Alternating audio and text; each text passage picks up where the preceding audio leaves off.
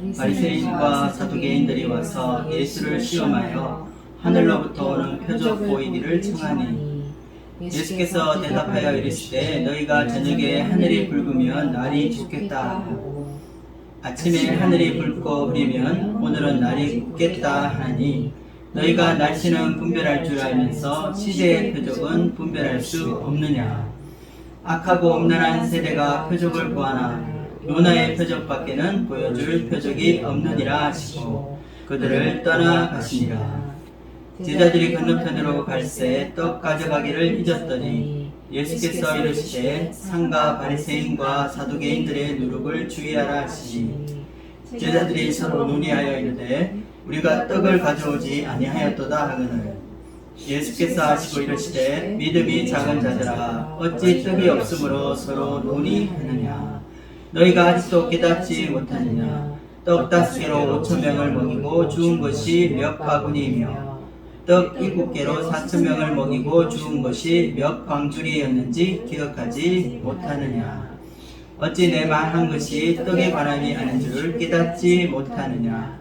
오직 바리새인과 사두개인들의 누룩을 주의하라 하시니 그제서야 제자들이 떡의 누룩이 아니요 바리새인과 사두개인들의 교훈을 상가라고 말씀하신 줄을 깨달으니라. 아멘. 네, 우리가 알고 있는 초대 교부 중에서 위대한 설교자로 알려져 있고 기도의 사람으로 알려진 크리소스톰이라고 하는 분이 계십니다. 이분의 이름은 헬라어로 황금 같은 입이라는 뜻에서 나왔으며 또 성경 구절 이 한 소절 한 소절을 강해하는 이 강해 설교의 선구자라고 할 수 있습니다. 이분에 대한 일화가 전해지고 있는데요. 그 일화에 따르면 그가 설교하는 교회나 집회에서는 좀도둑이 많았다고 합니다. 왜냐하면 사람들이 그의 설교에 몰입되어서 자신의 소지품을 잃어버리는 경우가 많았기 때문이라고 합니다. AD 397년 콘스탄티노플의 감독으로 있었던 넥타리우스라는 사람이 죽게 되었습니다. 그가 사망하자 이 동방 기독교 이 세계 노른자위를 차지하고자 치열한 쟁탈전이 벌어지게 되었다고 합니다. 이 가운데 이 콘스탄티노플 귀족들은 그 당시 명성이 자자한 그의 설교를 자신들이 들어야 한다며 그를 감독으로 초빙하게 되었습니다. 하지만 이 크리소스톰은 세상의 지위나 이 자리에 조금도 관심이 없었습니다. 대주교로 선출되었다는 통보를 받고 그는 도주하게 되었습니다. 그러나 그를 찾아가서 납치하다시피 하여 결국 데려오게 된 것입니다. 그러나 크리소스톰이 대주교가 된 이후에는 그가 설교를 통해서 이 종교 지도자뿐 아니라 이 교황에 대해서도 그들의 영적인 죄 그리고 이 부패에 대해서 일일이 지적하고 비판하게 되면서 큰 문제가 일어나게 되었습니다. 이로 인해 그는 모반죄라고 하는 이 혐의를 뒤집어쓰고 이 대주교의 자리에서 쫓겨나 아르메니아라고 하는 이 유배지에서 결국 숨지게 되었습니다. 죄 없는 이 소스톰 감독이 숨졌다는 소식을 들은 콘스탄티노플 시민들이 들고 일어나 폭동이 일어나게 되었고 이때 이 시내에 있던 이 소피아 대성당이 파괴되고 불태워지는 사건이 일어나게 되었다고 합니다. 150cm도 되지 않는 작은 체구의 이 크리소스톰 대주교는 오직 하나님만 두려워하며 종교 지도자들과 이 교황청의 핍박에도 불구하고 복음의 진리만을 선포한 위대한 설교자였습니다. 그가 박해를 받고 있었을 때 남긴 유명한 말이 전해지고 있습니다. 세상아 내가 정녕 나를 버렸느냐 나도 너를 버리노라. 예수님이 십자가에 달려 죽으신 사건이 일어나고 천년이 2번 지난 긴 세월이 흘러가게 되었습니다.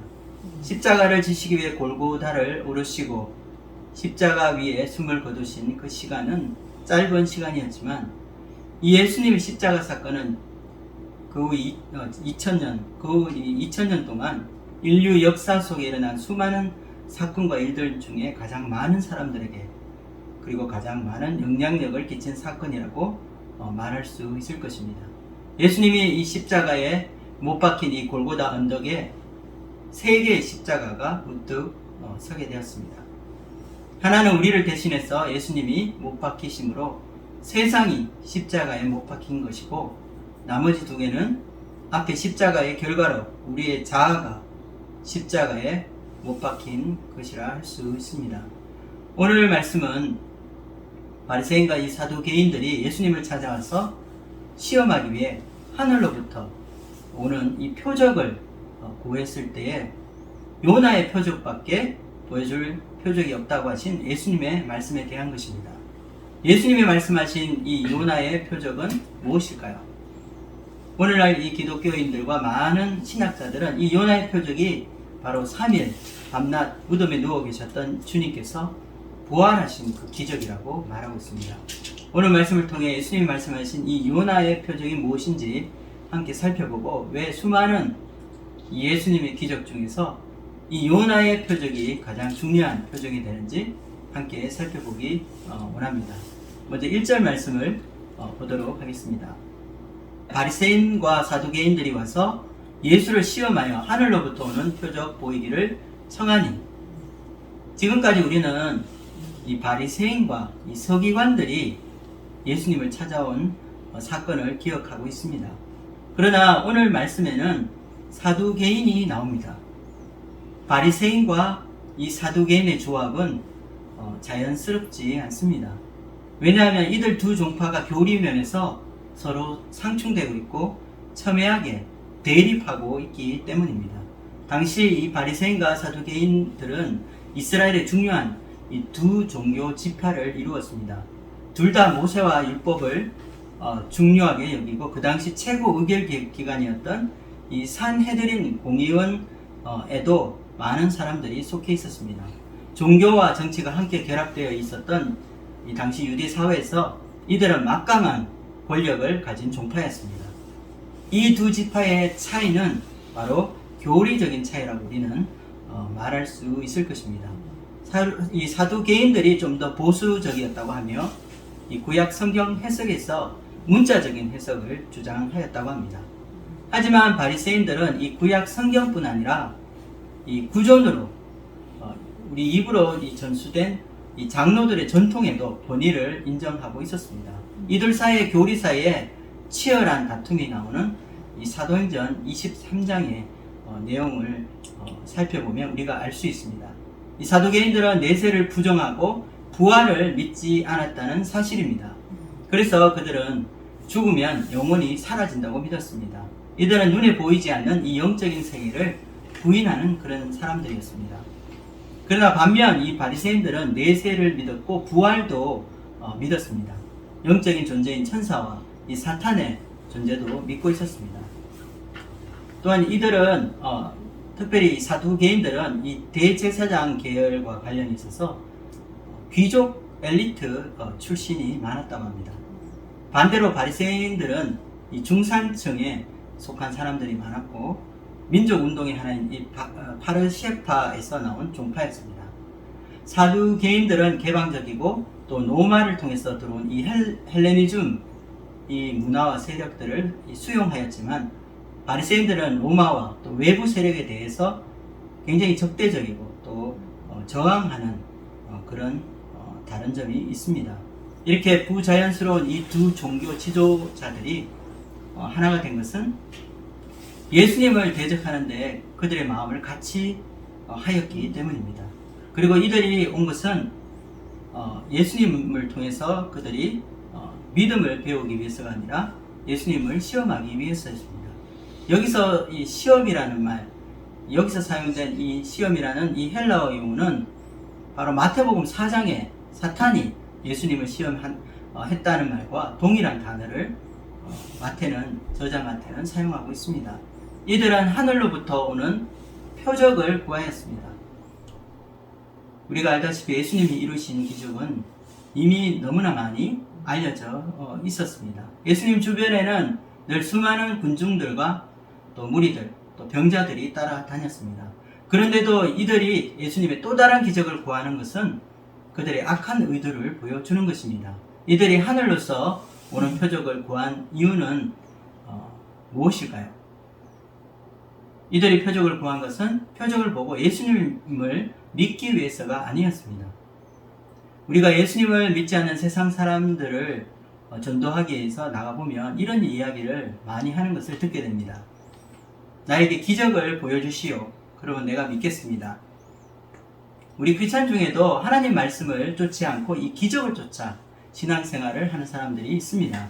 때로는 우리에게 이 초자연적인 기적이 필요할 때가 있습니다. 또한 이런 기적을 통해 많은 사람들이 바로 살아계신 또 하나님을 알게 될 때가 있을 것입니다. 하지만 이 영적인 세계에서 악한 영들도 기적을 일으킬 수 있다는 사실을 우리는 기억해야 할 것입니다. 불교나 이 힌두교에서 기적이 나타나는 것을 우리는 종종 보게 됩니다. 때로는 병이 낫기도 하고 또 초자연적인 우리가 이성적으로 알 수 없는 그런 현상들이 생기기도 합니다.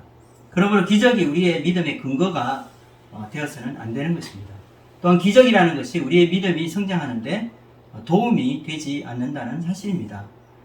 우리가 만약 기적을 보고서 믿기 시작한다면 처음 기적보다 더 큰 기적, 더 자극적인 기적을 우리는 찾게 될 것입니다. 기적을 찾아다니는 신앙은 바로 미신을 믿는 신앙과 같은 것입니다. 우리에게는 보지 않고 믿는 믿음이 필요합니다. 예수님께서도 의심하는 도마에게 말씀하셨습니다. 보지 않고 믿는 자가 복되도다. 우리의 믿음이 성장하고 자라기 위해서 필요한 한 가지는 바로 하나님의 말씀, 오직 하나님의 말씀 뿐이라는 사실을 기억해야 되겠습니다.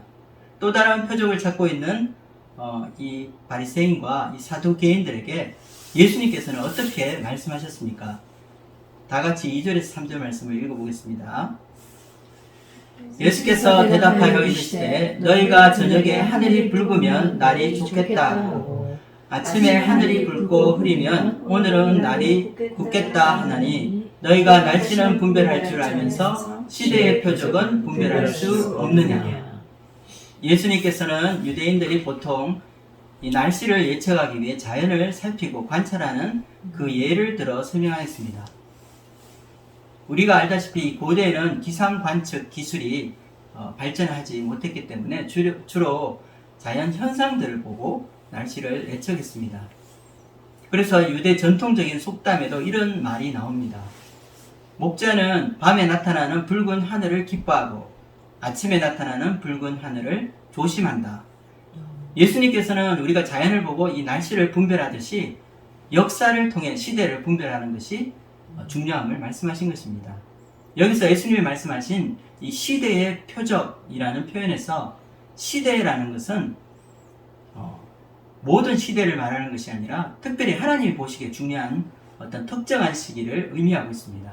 성경에 나오는 중요한 특정한 시기들이 있습니다.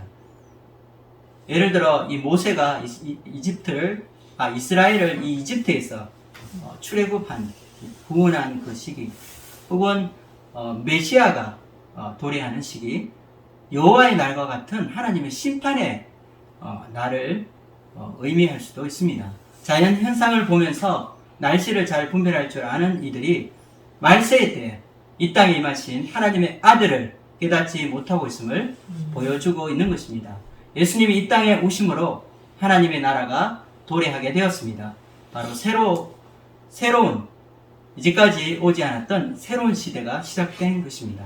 하늘로부터 오는 표적을 구하는 이 바리새인들과 사두개인들에게 보여주는 예수님의 표적은 무엇일까요? 4절 말씀을 읽겠습니다. 악하고 음란한 세대가 표적을 구하나 요나의 표적밖에는 보여줄 표적이 없느니라 하시고 그들을 떠나가시니라. 예수님은 표적을 구하는 이들을 향해서 악하고 음란한 세대라고 말씀하십니다. 여기서 악하다는 것은 유대인들이 생각하는 의로움에 반대되는 개념이라고 생각해 볼 수 있습니다. 의롭지 않은 세대, 즉 죄악된 세대라는 것입니다. 또한 음란하다는 것은 우리가 잘 알고 있는 이 호세아 말씀에서 나오는 이 간음이라는 부종으로 남편을 버린 패역한 이스라엘을 상징하고 있습니다. 신앙이 아니라 이 종교로서 형식화되어 있고 율법주의가 된 이들의 종교 생활을 비판하신 것입니다.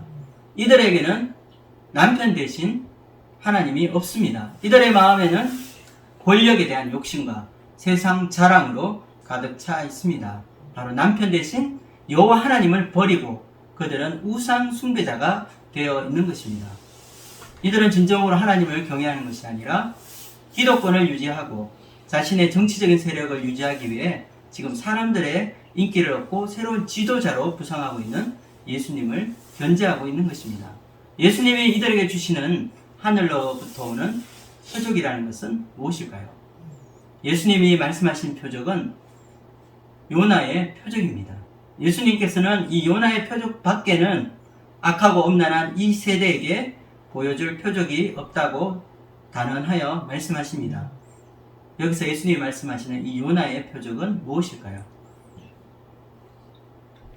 예수님 입장에서 이 요나의 이 표적이야말로 바리새인들과 이 사두개인들이 요구하는 하늘로부터 오는 표적이었던 것입니다. 예수님이 말씀하신 이 요나의 표적의 자세한 내용이 이미 마태복음 12장에 언급되어 있습니다. 다 함께 이 마태복음 12장 39절에서 40절 말씀을 읽어보도록 하겠습니다.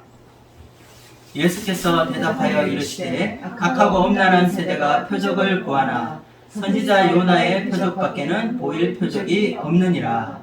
요나가 밤낮 사흘 동안 큰 물고기 뱃속에 있었던 것 같이 인자도 밤낮 사흘 동안 땅속에 있으리라.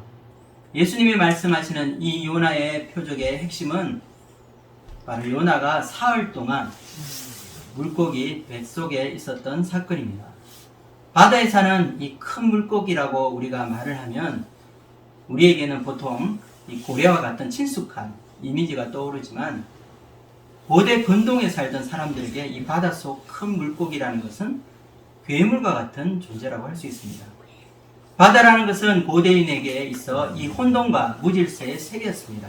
그들이 알 수 없는 이 미지의 세계였던 것입니다. 이와 같이 혼돈과 무질서를 상징하는 이 바닷속 깊은 곳에 사는 큰 물고기는 그들의 생명을 위협하는 두려움의 존재였습니다. 고대 근동 사람들에게 있어 이 바닷속 물고기는 정체도 알 수 없고 깊은 어둠 속에 숨어있는 사나운 몬스터입니다. 또한 배를 타고 가는 사람들의 생명을 노리는 무서운 침입자였던 것입니다. 요나는 큰 괴물의 이 뱃속에서 죽었다가 다시 살아난 것입니다. 요나가 3일 동안 물고기 뱃속에 있으면서 죽었다가 살아난 것처럼 예수님께서도 밤낮 사흘 동안 땅속에 있을 것이라고 말씀하고 계십니다. 이것은 바로 예수님이 십자가에 죽으시고 3일 후에 무덤에서 다시 살아나셔서 부활하는 그 사건을 의미하고 있습니다. 예수님이 이들에게 보여줄 표적이라는 것은 바로 십자가 그리고 부활의 사건인 것입니다. 예수님은 자신이 하나님 보내신 메시아이심을 증거하는 가장 결정적인 표적으로 십자가와 부활을 말씀하신 것입니다. 유대인들에게 있어 이 요나라는 선지자는 특별한 의미가 있습니다. 그들에게 있어 요나는 속죄, 죄를 사하는 이 대속을 가져다 주는 선지자였습니다. 요나로 인해 정죄받고 심판이 결정된 이 니느웨의 큰 구원이 임했기 때문입니다. 요나가 전하는 심판의 메시지를 듣고 큰 성 니느웨 사람들이 회개함으로 구원을 받게 되었습니다. 우리가 잘 아는 유대인의 절기 중에는 대속죄일이라는 절기가 있습니다. 이날은 이스라엘 전체에 죄를 사하는 날입니다. 이날을 위해 유대인들은 일주일 동안 죄를 머리에 뒤집어 쓰고 지금까지 자신의 잘못을 고백하고 회개하여서 죄를 용서받음으로 생명책에 기록되게 된다고 생각하였습니다. 그래서 이 구약 성경 요나서는 대속죄일 그날 반드시 읽혀져야 하는 본문으로 되어 있습니다. 그러므로 요나라는 이 선지자는 죄로부터 구원을 가져오는 선지자, 바로 이 구원자로 유대인들에게 알려져 있는 것입니다.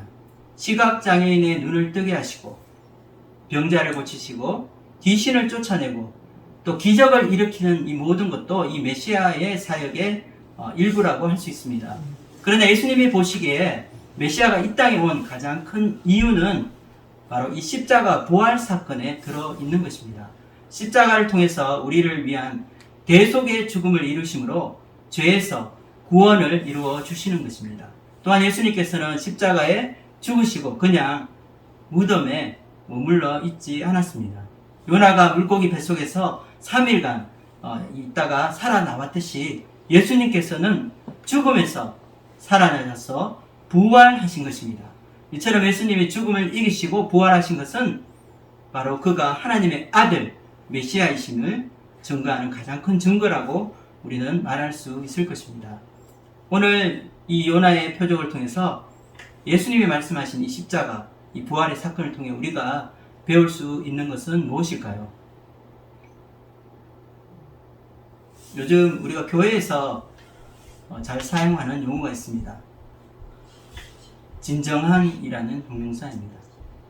진정한 크리스찬, 진정한 신앙인, 진정한 기독교.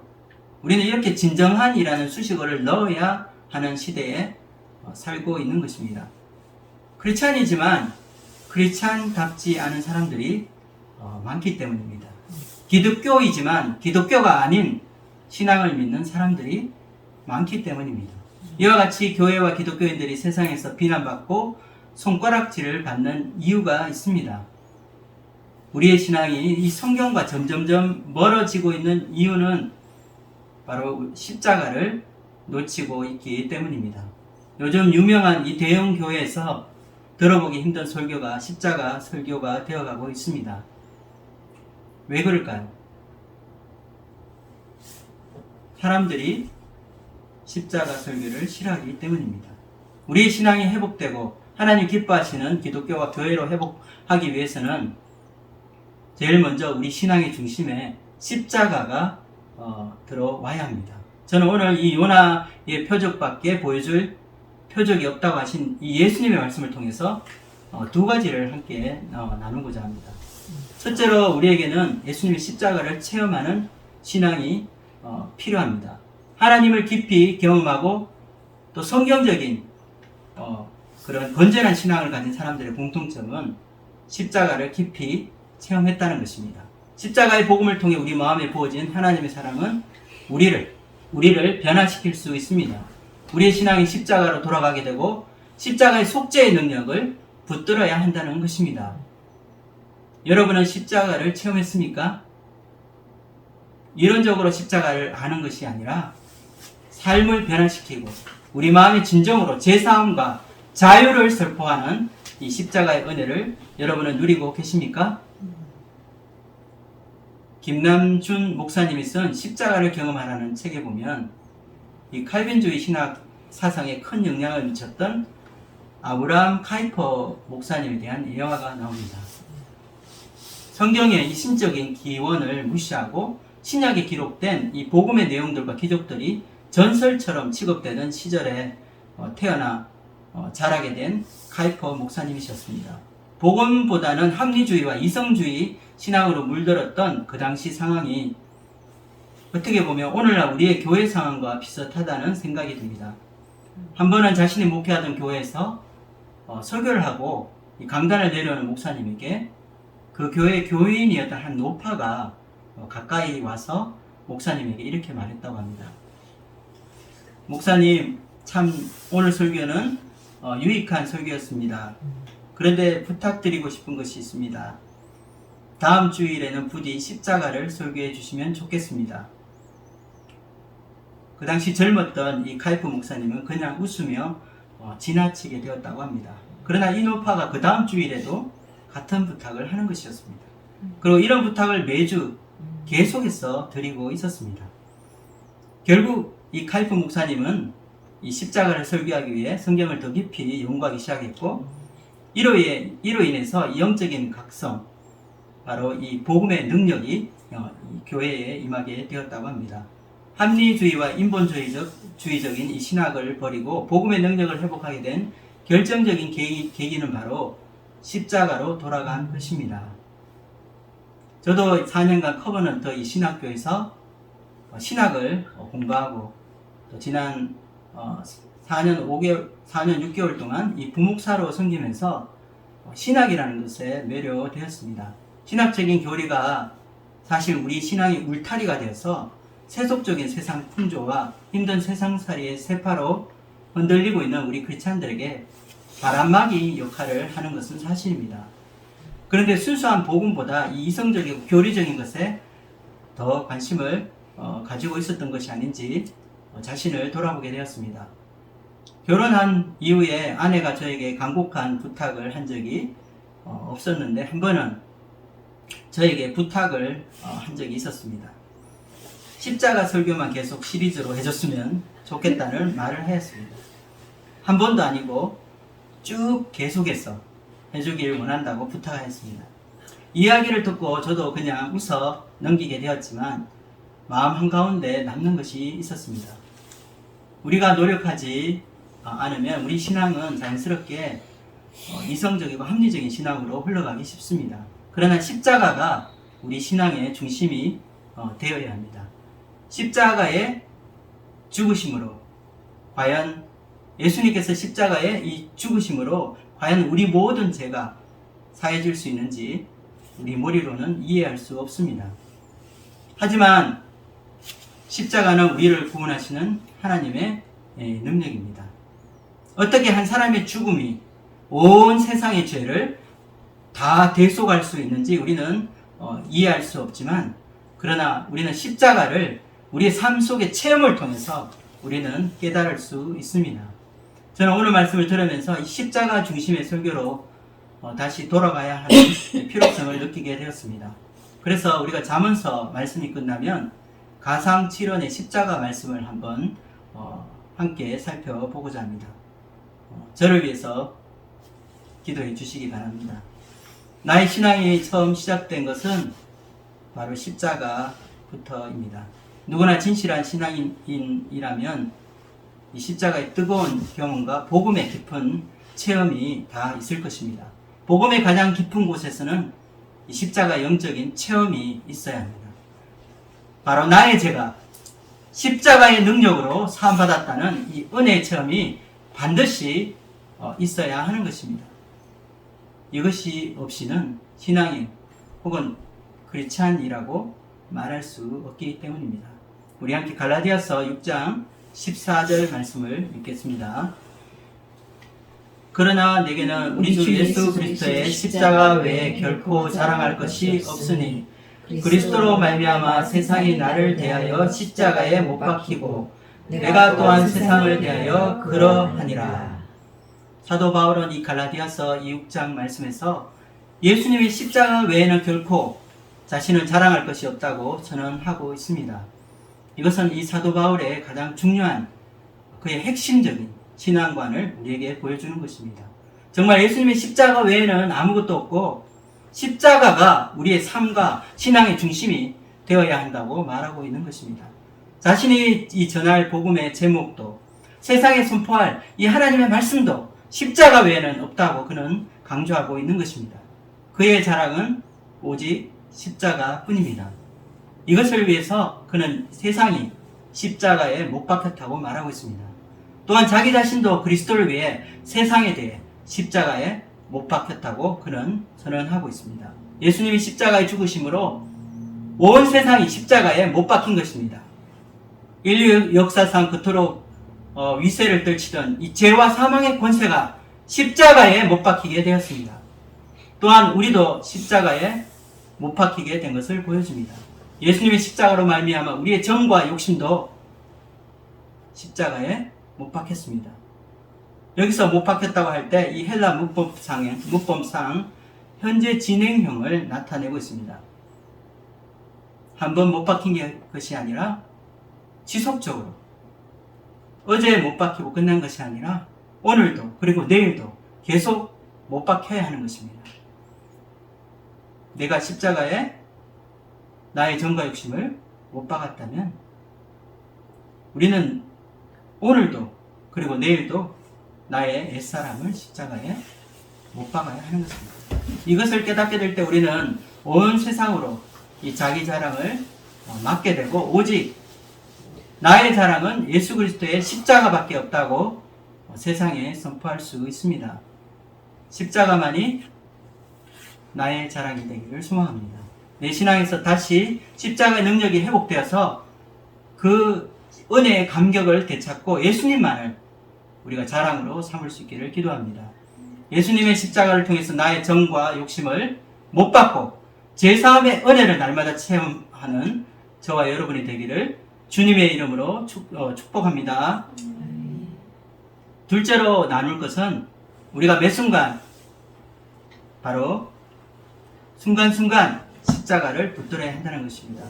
우리가 십자가로 시작했다면 십자가로 끝내야 할 것입니다. 우리의 신앙이 점점 메말라가고 은혜가 고갈되는 이유가 있다면 그것이 무엇일까요? 여러 가지 이유가 있겠지만 우리 신앙이 점점 형식화되고 매너리즘화되는 이유는 이 십자가의 은혜에 젖어 살지 않기 때문입니다. 십자가의 은혜는 우리의 기억 속에 있을 수 있습니다. 지난날 받았던 은혜와 축복이 우리의 마음에 남아 있습니다. 그리고 내가 구원받고 용서받은 그 은혜의 그 감격은 쉽게 마련입니다. 우리가 처음 예수님의 십자가를 통해서 제사함을 받고 우리의 죄를 용서받았을 때 그 감격으로 울기도 하고 하나님의 은혜 안에 깊이 잠기게 되었습니다. 그런데 시간이 지나면서 자신이 지은 죄를 회개하는 것도 힘들어지고 죄를 깨닫고 또 죄인임을 깨닫는 은혜는 점점 약해지게 되는 것입니다. 입술로는 우리가 죄를 고백할지라도 우리 마음속 깊이 이 죄의 심각성에 대해서는 점점 약해지는 것입니다. 예수님이 이미 용서해 주신 죄이기 때문에 우리는 이 죄가 얼마나 심각한 것이며 또 죄사함 받는 것이 얼마나 놀라운 은혜인지 잊어버리게 되는 것입니다. 여러분은 자신의 죄로 인해서 가슴치며 애통해하고 눈물을 흘린 적이 있으십니까? 사도 바울은 디모데전서 1장 15절에서 자신이야말로 죄인 중에 괴수라고 고백하고 있습니다. 디모데전서 1장 15절 말씀을 함께 읽도록 하겠습니다. 미쁘다 모든 사람이 받을 만한 이 말이요 그리스도 예수께서 죄인을 구원하시려고 세상에 임하셨다 하였도다. 죄인 중에 내가 괴수니라. 여러분, 사도 바울 한번 생각해 보십시오. 그는 이 스스로 율법의 완전한 자라고 고백한 사람입니다. 그 말은 이 구약 성경에 나오는 모든 율법을 그는 완벽하게 지켰다는 말입니다. 그런데 이런 사람이 어떻게 죄인이고 이런 사람이 죄인 중에 우두머리, 괴수가 될 수 있을까요? 우리는 죄라고 하면 도덕적인 또 윤리적인 죄들을 생각하기 쉽습니다. 그래서 나는 더 이상 죄를 고백하거나 회개할 것이 없다고 생각하는 사람들이 있습니다. 그러나 사도 바울이 생각하는 가장 큰 죄는 하나님 없이 하는 모든 행위입니다. 윤리 도덕뿐 아니라 하나님 앞에서 행해지는 모든, 하나님 앞에서 행해지지 않는 이 모든 것이 죄인 것입니다. 이와 같이 완벽하게 율법을 지키고 윤리적으로 온전하고 완벽한 사람일지라도 거룩하신 하나님 앞에 서면 꼬꾸라지는 것입니다. 우리가 아무리 의로운 삶을 추구하고 거룩하게 살려고 해도 하나님 앞에 섰을 때는 우리의 본질이 타락한 죄인임을 알게 되는 것입니다. 그는 거룩하신 하나님 앞에서 자신이 바로 죄인인 것을 깨닫게 되었습니다. 바로 다메섹 도상에서 그는 큰 빛을 보았습니다. 그리고 그 빛 앞에 그는 거꾸러졌습니다. 그리고 그 자신을 알게 되었습니다. 그는 흠없이 율법을 지킨 바리새인 중에 바리새인이었습니다. 가말리엘 이 문화생으로 그는 수제자였고 지금까지 그가 율법을 어긴 적은 한 번도 없었습니다. 그러나 빛나는 이 예수님의 이 빛이 그의 마음에 비추었을 때 그는 죄인인 것을 알게 되었습니다. 죄인된 자신을 구원하고 영원한 생명을 선물로 가져온 이 십자가 외에는 아무것도 자랑할 것이 없다고 고백하게 되었습니다. 그는 거룩하신 하나님 앞에서 자신이 뼛속까지 죄인인 것을 깨닫고 죄인 중에 우두머리, 죄인 중에 괴수라고 자백하였습니다. 예수님이 골고다 언덕에서 험한 십자가를 지시고 십자가 위에서 마지막 거친 숨을 거두셨습니다. 무덤에 누워 계시고 3일 만에 주님은 다시 일어나셨습니다. 이것이 예수님이 우리에게 보여주고자 하시는 유일한 표적입니다. 바리새인들과 사두개인들이 구한 표적은 그들의 비신앙적인 자신의 욕구를 충족하는 자신의 호기심을 채우는 기적입니다. 우리에게 진정으로 필요한 표적은 무엇일까요? 우리에게 필요한 이 표적은 바로 우리의 영적인 신분을 바꾸는 하늘에서부터 오는 능력입니다. 죄 사함을 선포하고 거듭나 새 사람이 되는 기적입니다. 주홍같이 붉은 우리 죄가 흰 눈처럼 깨끗하게 사해지는 기적입니다. 이 기적은 요나의 표적으로만 가능한 것입니다. 과거에 우리의 죄를 용서해 주신 하나님을 믿는 것이 아니라 현재 나의 죄를 용서해 주시고 현재 나의 죄를 깨끗하게 흰 눈처럼 사해 주시는 이 주님을 우리가 믿고 의지하기 원합니다. 우리의 기억 속에 있는 먼 옛날의 은혜가 아니라 현재 바로 이 순간에 나의 죄를 깨끗하게 하시고 새로운 사람으로 만들 수 있는 이 십자가의 능력, 이 보혈의 능력을 우리가 붙들기를 원합니다.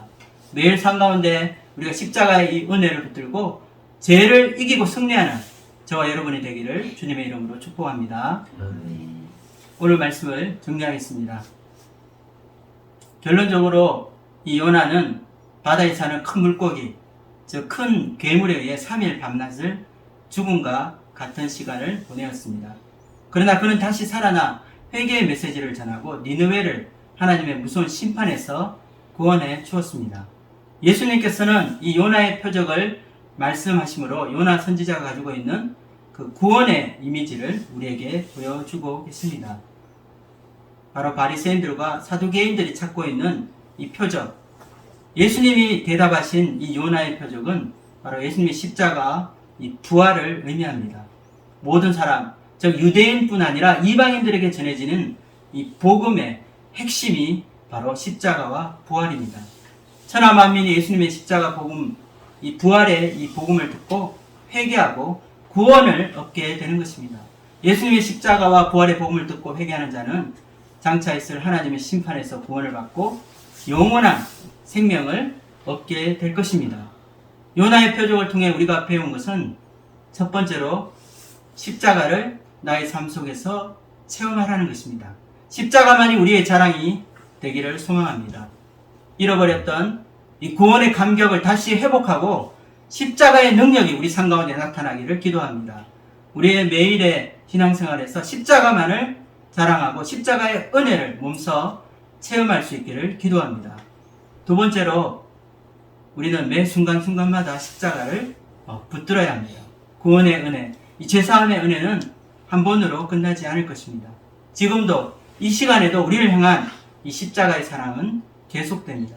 매일 삶 가운데 매일 순간마다 십자가의 은혜만을 붙들고 우리가 세상을 이기고 거룩한 삶을 살아가는 저와 여러분이 되기를 주님의 이름으로 축원드립니다. 기도하고 마치겠습니다.